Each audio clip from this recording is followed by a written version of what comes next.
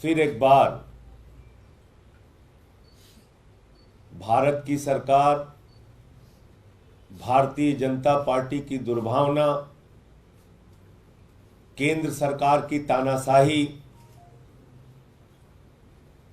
आप लोगों के सामने आई है। उसका मैं विस्तार से एक एक करके घटनाओं के बारे में आपको बताऊंगा। अरविंद केजरीवाल जी के बारे में जब हम लोग कहते हैं कि जेल के अंदर उनको उत्पीड़न की सारी पराकाष्ठा उनके साथ पार की जा रही है,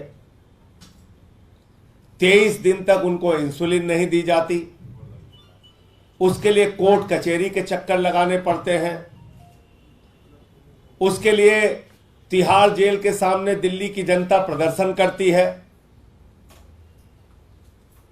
उसके लिए लंबी लड़ाई के बाद उनको जो उनके जीवन के लिए सबसे जरूरी दवा थी इंसुलिन, वो मिल पाती है 23 दिन के बाद।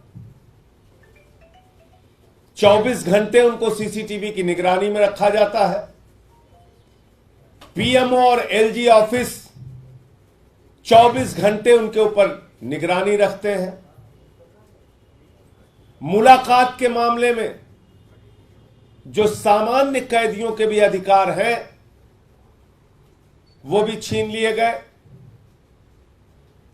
पत्नी से मुलाकात होनी हो तो शीशे की दीवार बीच में रहेगी, आतंकवादियों जैसे मुलाकात। पंजाब के मुख्यमंत्री से मुलाकात होनी है तो जैसे बहुत बड़े अपराधी और माफिया से मुलाकात हो रही हो, शीशे की दीवार। मुझे मुलाकात करनी हो, मेरी मुलाकात कैंसिल। संदीप पाठक को मुलाकात करनी हो, संदीप पाठक की मुलाकात कैंसिल। आतिशी को मुलाकात करनी हो, आतिशी की मुलाकात कैंसिल। और अब सारी सीमाएं पार कर प्रधानमंत्री जी और केंद्र की सरकार इतनी दुर्भावना पर उतर आई है भारतीय जनता पार्टी के लोग कि पत्नी से भी मुलाकात कैंसिल। आपने कभी ऐसा सुना है? पत्नी से मुलाकात कैंसिल। अरविंद केजरीवाल जी की मुलाकात सुनीता केजरीवाल जी से जेल के प्रशासन द्वारा कैंसिल कर दी गई। कोई नियम नहीं, कोई कानून नहीं, कोई ऐसा तरीका इनके पास नहीं कि जिससे वो पत्नी की मुलाकात कैंसिल कर सकें। पत्नी की मुलाकात कैंसिल कर दी। आपको याद होगा सौरभ भारद्वाज और आतिशी को एक साथ जाना था। अंतिम दिन आतिशी की मुलाकात कैंसिल कर दी। बोले नहीं साहब, खाली सौरभ भारद्वाज जाएंगे। अब आतिशी को और सुनीता केजरीवाल जी को साथ जाना था तो सुनीता केजरीवाल जी की मुलाकात कैंसिल कर दी। जबकि बाकायदा मेल करके 27 तारीख को बताया गया कि सुनीता केजरीवाल जी और आतिशी एक साथ मुलाकात करने के लिए जाएंगे और जेल के नियमों के मुताबिक परिवार के 2 सदस्यों की मुलाकात होती है, या जिन लोगों के नाम दिए जाते हैं, जिन लोगों का नाम मुलाकाती सूची में होता है, उनमें से 2 लोग एक साथ मिल सकते हैं। यह जेल का नियम कहता है। क्या अरविंद केजरीवाल से इतनी दुर्भावना है, इतना डर लगता है, इतने आप लोग साजिश पर उतर आए हैं कि आप उनकी पत्नी की मुलाकात कैंसिल कर देंगे? अपने परिवार से वो नहीं मिल सकते। जिन लोगों के नाम मुलाकाती सूची में कोई भी बंदी, सामान्य से सामान्य कैदी हो, जितने लोगों का वो नाम देता है, उसमें से 2 लोगों की मुलाकात, जब मुलाकात होती है हफ्ते में 2 बार, तो 2 लोगों की एक साथ मुलाकात होती है। आपने सारे नियम कानून सबको ताक पे रख के कह रहे सिर्फ हम एक आदमी से मिलवाएंगे। एक 3 बार के निर्वाचित मुख्यमंत्री, दिल्ली के मुख्यमंत्री को आपने जेल के अंदर सामान्य कैदियों के भी अधिकार छीन लिए। जो एक सामान्य कैदियों को अधिकार है, वो अधिकार भी आज अरविंद केजरीवाल के पास नहीं है।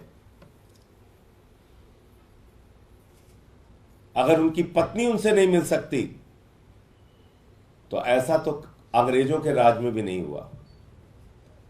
शहीद आजम भगत सिंह के परिवार के लोगों को भी उनसे मिलने की इजाजत थी, अंग्रेजों के राज में भी।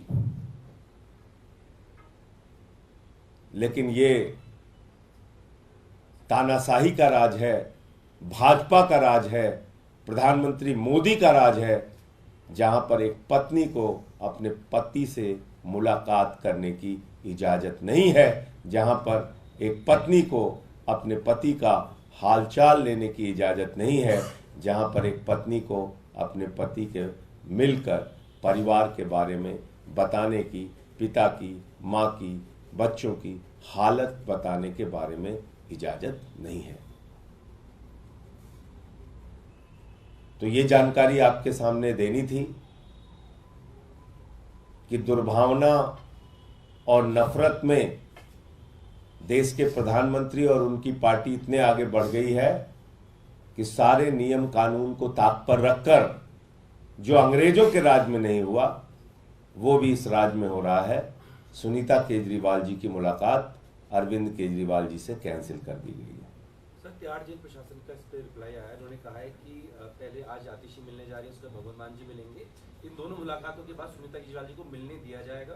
कोई मुलाकात ऐसी रद्द करने की कोई नहीं है।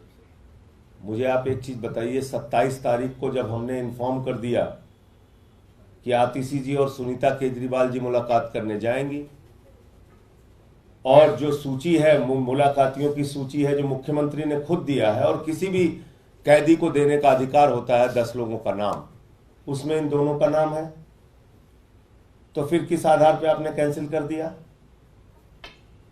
पहले इसका जवाब दीजिए ना। जब 2 लोगों की मुलाकात एक साथ कराई जाती है, किसी की भी, किसी सामान्य से सामान्य कैद, मैं तो एक बार आपको बता चुका हूं कि ये तो वो जेल है जहां पर देश के बहुत बड़े अपराधी की मुलाकात उसके परिवार से, उसकी पत्नी से बैरक में होती है। उसकी बहुत बड़े अपराधी की मुलाकात, उसके वकील की मुलाकात उसके बैरक में होती है। अरविंद केजरीवाल तो 3 बार के निर्वाचित मुख्यमंत्री हैं, मौजूदा मुख्यमंत्री हैं, उनकी पत्नी को आप नहीं मिलने देंगे? दुनिया भर की दलीलें और सफाई दे रहे हैं आप। किस नियम के तहत आपने रोका? 27 तारीख को जब आपको सूचना दे दी गई कि आतिशी और सुनीता केजरीवाल जी दोनों जाएंगे मुलाकात करने के लिए, आपने किस आधार पर पत्नी की मुलाकात कैंसिल कर दी? ये तो कल से जब मीडिया में बातें चली तब हो सकता है अभी सफाई दी होगी, मुझे जानकारी नहीं उनकी सफाई के बारे में। इसलिए जब हम लोग कहते हैं, और किस प्रकार की घटनाएं हुई हैं पिछले दिनों जेल के अंदर, कहीं हत्या हो रही है, कहीं मारपीट हो रही है, कहीं सर फोड़े जा रहे हैं, और आप ऐसे में परिवार से भी नहीं मिलने दे रहे हैं। अभी 2 जेलों में घटनाएं हुई हैं, पता कर लीजिएगा। एक जेल में हत्या हुई है, एक जेल में सर फोड़ा है एक दूसरे का, लोगों ने, पता कर लीजिएगा। तो आज जेल में अरविंद केजरीवाल के जीवन को खतरा है, ये बार बार हम लोग कह रहे हैं, बार बार। और ये बात कोई हवा में नहीं कह रहे हैं, क्योंकि सारे नियम कानून ताक पे रखे जा रहे हैं उनके लिए। तमाम तरीके की बाधाएं और दीवारें खड़ी की जा रही हैं उनके लिए, दवाओं तक का इंतजाम रोका जा रहा है उनके लिए। इस आधार पे हम लोग ये बात कह रहे हैं। संजय भाई, आपके गठबंधन पार्टनर जो कांग्रेस हैं, आपके गठबंधन के साथ कन्हैया के उम्मीदवार, इसको लेकर एक विद्रोह जैसी स्थिति ऐसी है कि उनके प्रदेश अध्यक्ष को इस्तीफा देना पड़ा, वो सामने आ गए। क्या इसका असर गठबंधन पर पूरे चुनाव पर पड़ेगा? देखिए, मैं सिर्फ इतना कहना चाहता हूं कि ये कांग्रेस पार्टी का अंदरूनी मामला है, और कांग्रेस पार्टी के जो वरिष्ठ नेता हैं वो इसका संज्ञान ले रहे होंगे। और कल जैसा मैंने पढ़ा कि कांग्रेस के राष्ट्रीय अध्यक्ष मल्लिकार्जुन खड़गे जी ने कुछ नेताओं को जिम्मेदारी दी है कि जो लवली जी का इस्तीफा है उस पर बातचीत करके इसका कोई समाधान निकालें। तो हमें प्रतीक्षा करनी क्या चाहिए। गठबंधन पर किसी तरह का खतरा है इस तरह की विवाद की स्थिति होने के देखिए, बाद? ये चुनाव जनता लड़ रही है, दिल्ली में भी और देश में भी। और दिल्ली की जनता का एक सबसे बड़ा मुद्दा है उनके बेटे को, उनके भाई को, दिल्ली के बेटे को जिसने बिजली, पानी, शिक्षा, चिकित्सा, बुजुर्गों की तीर्थ यात्रा से लेकर माताओं बहनों के लिए बस की फ्री यात्रा तक का इंतजाम किया, उसको जेल में डाल दिया गया है। तो लोग तो मन बना चुके हैं कि जेल का जवाब हम वोट से देंगे। एक ऐसा मुख्यमंत्री जो दिन रात समर्पित भाव से दिल्ली के लोगों की सेवा कर रहा था, उसको आपने पकड़ के जेल में डाल दिया। इसको लेके लोगों में गुस्सा है, आक्रोश है, और जेल का जवाब जनता वोट से देगी। 7 की 7 सीटें इंडिया गठबंधन जीतेगी, मैं ये बात कह सकता हूं। आरएसएस रडार पर रहते विपक्ष के आरक्षण को लेकर मोहन भागवत का बयान सामने आया है। उन्होंने कहा है कि हम किसी भी तरह के आरक्षण के विरोधी नहीं हैं। देखिए, मोहन भागवत, आरएसएस और भारतीय जनता पार्टी, ये एक झूठ बोलने की, सिर्फ हिंदुस्तान की नहीं, पूरी दुनिया की सबसे बड़ी फैक्ट्री अगर झूठ बोलने की कोई है तो भारतीय जनता पार्टी और आरएसएस है। इनसे बड़ी मास्टरी किसी को नहीं है झूठ बोलने में। यही मोहन भागवत कह चुके हैं कि आरक्षण खत्म होना चाहिए, आरक्षण की समीक्षा होनी चाहिए। इनके एक नेता, संयुक्त महासचिव मोहन वैद्य, कह चुके हैं कि आरक्षण से अलगाववाद बढ़ता है, आरक्षण खत्म होना चाहिए। उत्तर प्रदेश के अंदर 69,000 शिक्षक भर्ती में ओबीसी का आरक्षण मारा गया। मैं ऑन रिकॉर्ड बातें बोल रहा हूं, इसको ध्यान से सुनिएगा, और अगर मैं कहीं गलत बोल रहा हूं तो इस पे सवाल पूछिएगा मुझसे। पूरे देश के विश्वविद्यालयों में, दिल्ली विश्वविद्यालय सहित पूरे देश के विश्वविद्यालयों में आरक्षण चुन चुन के खत्म किया गया। कहीं 1 पोस्ट निकाली गई, कहीं 1.5 पोस्ट निकाली गई, कहीं 2 पोस्ट निकाली गई। आरक्षण को खत्म किया गया। यह पिछले 10 साल में हुआ है। तो भारतीय जनता पार्टी और आरएसएस का साफ एजेंडा है, और मैं फिर दोहरा रहा हूं, पूरा भारत तो बाबा साहब डॉक्टर भीमराव अंबेडकर जी के संविधान को मानता है। भारतीय जनता पार्टी भागवत के संविधान को मानती है, और भागवत का संविधान कहता है, नागपुर का संविधान कहता है, आरक्षण देश में खत्म होना चाहिए। भागवत का संविधान कहता है चुनाव खत्म होना चाहिए, और देश का संविधान लोकतंत्र खत्म होना चाहिए। इसके उदाहरण दे रहा हूं मैं आपको। अब आपने मुद्दा छेड़ दिया तो पूरी बात सुनिए। चुनाव खत्म करने की बात मैं क्यों कह रहा हूं? अमित शाह जी ने कहा 50 साल देश के ऊपर राज करेंगे। क्या फार्मूला है भाई आपके पास? 50 साल देश के ऊपर राज करेंगे? वही फार्मूला है जो सूरत में हुआ, जो चंडीगढ़ में हुआ, जो मध्य प्रदेश में हुआ, जो कर्नाटक में हुआ, जो महाराष्ट्र में हुआ, जो उत्तराखंड में हुआ, जो अरुणाचल में हुआ। पिछले 10 साल में 7 सरकारें आपने गिराई, चुनाव को खत्म किया, खरीद फरोख्त के जरिए आपने सरकारें बनाई। इस चुनाव में तो आप खुल के सामने आ गए। चंडीगढ़ में आपने हमारे मेयर के वोट काट के अपना प्रत्याशी जिता दिया। आपने सोचा था कभी आजादी के बाद पहली बार सूरत में, बताइए, चुनाव हुआ नहीं, बीजेपी जीत गई। चुनाव नहीं हुआ और बीजेपी जीत गई वहां पे। इसलिए मैं कह रहा हूं पूरे देश में चुनाव खत्म होगा। क्या हुआ अरुणाचल में? आपको पता है 10 विधायक भारतीय जनता पार्टी के वहां जीत गए। पता नहीं मीडिया ने कितनी रिपोर्टिंग की इसकी। बगैर चुनाव के 10 बीजेपी के विधायक जीत गए अरुणाचल में। कैसे जीत गए बताइए आप? दिल्ली के अंदर जहां पे एक दलित के बेटे को मेयर बनना था, चुनाव आपने कैंसिल कर दिया। इसलिए मैं कह रहा हूं ये 2024 का चुनाव अंतिम चुनाव है। इस देश के 145 करोड़ लोगों से अपील कर रहा हूं, भारत के संविधान को बचाने के लिए, आरक्षण को बचाने के लिए और अपने वोट को बचाने के लिए वोट कीजिए। इसके बाद आपको वोट देने का मौका नहीं मिलेगा, क्योंकि अमित शाह तो कह चुके हैं 50 साल राज करेंगे इस देश पे। और आरक्षण के विरोध में तो हमेशा से भाजपा रही है। याद होगा आपको, वीपी सिंह जी का मंडल आया था तो कमंडल लेके निकल पड़े थे। उस समय विरोध किया था इन्होंने, खुलेआम विरोध किया था। तो ये तो आरक्षण के विरोधी लोग हैं, इनका जन्म हुआ आरक्षण के विरोध में। कितने कैबिनेट सेक्रेटरी बताइए देश में एससी एसटी हैं? कितने joint secretary ST SC OBC हैं? बताइए ना। तो इसलिए मैं कहना चाहता हूं कि भारतीय जनता पार्टी और आरएसएस झूठ बोलने की फैक्ट्री है। वो सफाई क्यों दे रहे हैं? क्योंकि चुनाव में हमने ये मुद्दा उठाया, इनकी चोरी पकड़ ली, और चोरी ऐसे नहीं प्रमाण के सहित पकड़ी। तो इसलिए इस देश के दलितों को, पिछड़ों को, शोषितों को, वंचितों को, आदिवासियों को, सबको एकजुट होकर इनको इस बार हराना है और अपने आरक्षण को, संविधान को और भारत के लोकतंत्र को, चुनाव को बचाना है। विवादित बयान आपने भी दिया है। कल ही आप भावनगर में थे और आप पाकिस्तान का जिक्र कर रहे हैं चुनाव में। मैं थोड़ी जिक्र कर रहा हूं, मैं तो कह रहा हूं जितना नाम पाकिस्तान वाले पाकिस्तान का नहीं लेते, उससे ज्यादा नाम भाजपा ही लेते हैं। भाई 10 साल हो गया तुम्हें राज करते हुए इस देश के ऊपर, अपना रिपोर्ट कार्ड दो ना।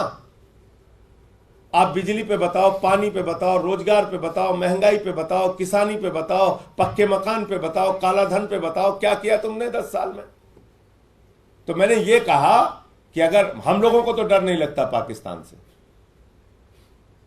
इस देश के 145 करोड़ लोगों को डर नहीं लगता पाकिस्तान से, लेकिन जिस भाजपाई को डर लगता है पाकिस्तान से, दिन रात पाकिस्तान पाकिस्तान से हम लोगों को डराते रहते हैं, वो पाकिस्तान चले जाए। मैंने यही बात बोली, हमें नहीं डर लगता।